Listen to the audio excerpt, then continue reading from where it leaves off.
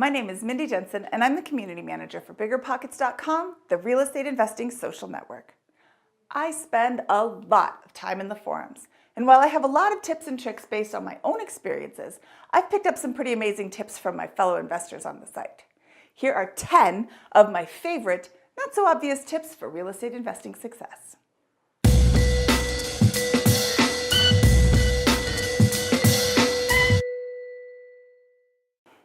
Tip number 1. Your inherited tenant refuses to provide a key to the property. First off, this situation should not even be given a chance to happen.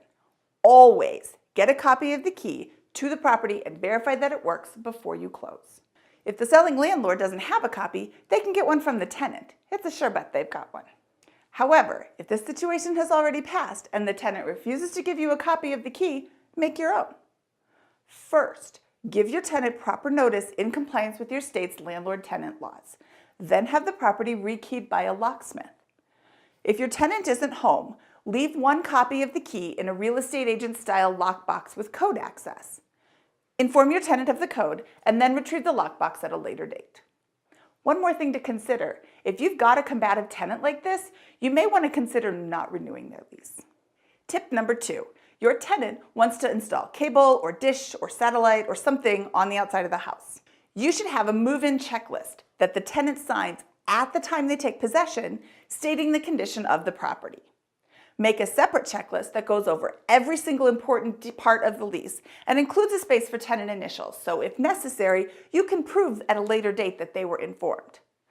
Do not allow installation of any service without your permission, and make sure to specify in the lease that it must be professional installation.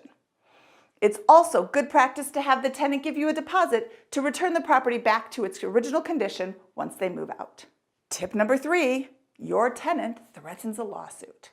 The very moment a tenant utters the word attorney or lawsuit, cease verbal communication with them immediately. Then notify them in writing that you will only communicate with their attorney. Many times, this is the last you will ever hear from them. Remember, text is not currently a legal method of notification in all 50 states, but the U.S. Postal Service is. Tip number 4, handling late rent. Have a clause in your lease for late fees and charge them as soon as your state laws allow. Consider adding a phrase in your late fees clause that says something to the effect of, regardless of tenant directives, any money collected will first be applied towards any outstanding bills or late fees, then applied to rent. Partial rent payments will not be accepted. In many states, accepting partial rent payments stops or forces a restart in the eviction process. Tip number 5, moving out or returning the security deposit. In order to avoid confusion, spell out exactly what you expect the property to look like when your tenant returns it to you. Consider creating a checklist that dictates clean walls, clean carpets, clean appliances, clean drawers, ceilings and corners free from cobwebs, toilets free from stains, window and sliding door tracks free from debris and dirt. You want to make sure that there are no surprises at the end of your relationship with your tenant, and you want to make sure you get a clean property back. Tip number 6, how to return the security deposit. Always get a forwarding address. When the tenant returns the keys, ask for their new address so that you can return any portion of the security deposit. Now, you don't want to tell them that they're getting their deposit back. Word it in such a way that you won't know for sure until you go through the unit, but you need to return it within insert state security law timeline here, and therefore you need their new address. Tip 7, multiple roommates. In a multiple tenant situation, you want to make sure each tenant qualifies individually for the entire rent, and that they know they are individually responsible for the rent should all other roommates not pay or some roommates leave the property. You'll save yourself an enormous amount of hassle by accepting only one check per unit, which forces the tenants to come up with the entire amount before they give it to you. Remember, partial rent should never be accepted. Tip 8, get multiple emergency contacts for prospective tenants on their initial application. If your application only has one space for an emergency contact, consider an additional sheet with a few more. This will give you more numbers to call to track down that tenant who skipped out on you.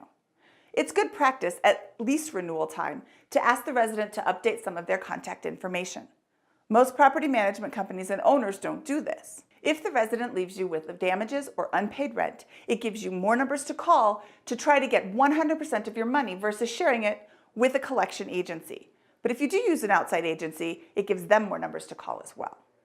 Tip number 9, eviction notice. Once residency has been established, whether you know about it or not, you must evict each person by name or use the all-encompassing et al. In order to get the property back. Tip 10, tenant notification. Carry a briefcase in your car that has all your forms in it so you can be ready at the drop of a hat to give notice instead of having to drive back to your office to get the forms.